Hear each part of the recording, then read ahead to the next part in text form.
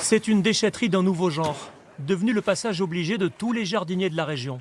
J'ai amené des branches taillées, nettoyées en dessous les haies. Débranchage du tuya. Ils viennent déposer leurs déchets végétaux.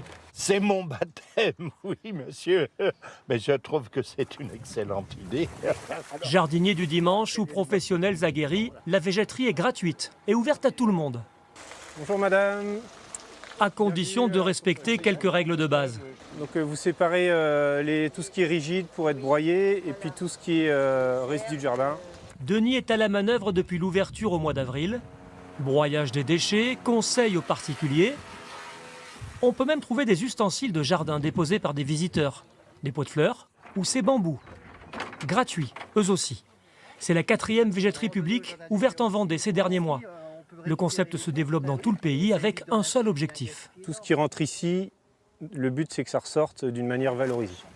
Cette dame, par exemple, venue déposer les détritus de son jardin, va repartir avec du compost. Un engrais naturel, fabriqué avec les biodéchets récoltés. C'est pour faire quelques petites plantations dans le jardin qui souffrent un peu. Du compost gratuit, alors qu'il s'achète en moyenne 4 à 5 € le sac de 20 litres en magasin. Hop. Recycler ces biodéchets, c'est aussi possible chez soi. Alors toi, Augustin, tu t'occupes des courgettes, de métier, des pommes de terre. Augustin et Domitille n'ont jamais jeté d'épluchures à la poubelle. Elles vont servir à faire du compost, le fameux engrais. Ça va nourrir la terre et ça va aider les légumes à mieux pousser. Tout part à l'autre bout du jardin pour finir dans cette boîte, le composteur, enfin presque tout. Tu peux mettre aussi de la viande et du poisson ou pas du tout? Non. Pourquoi? Non, c'est pas possible Parce que ça se décompose pas. Chaque Français produit en moyenne 80 kg de biodéchets par an. Le compostage divise ce volume par 3. La pratique se développe. En 2008, 25% des foyers s'y étaient mis. Ils étaient 34% en 2020. Encore insuffisant, mais des solutions existent.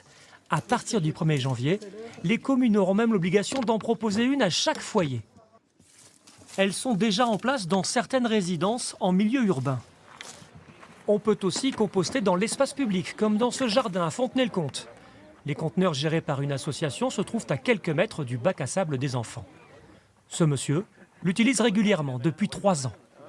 Toutes les 3 semaines à peu près. Donc là, il y a tous vos déchets des 3 semaines. Oui, Ouais. oui, parce qu'on fait le tri sélectif à la maison. Certains habitués habitent des maisons avec jardin, mais ne souhaitent pas composter chez eux. C'est pas facile, on revient ici. C'est Ouais. plus simple. En ville, bon, j'ai un petit terrain, c'est pas trop. Avec ça, c'est quand même plus pratique.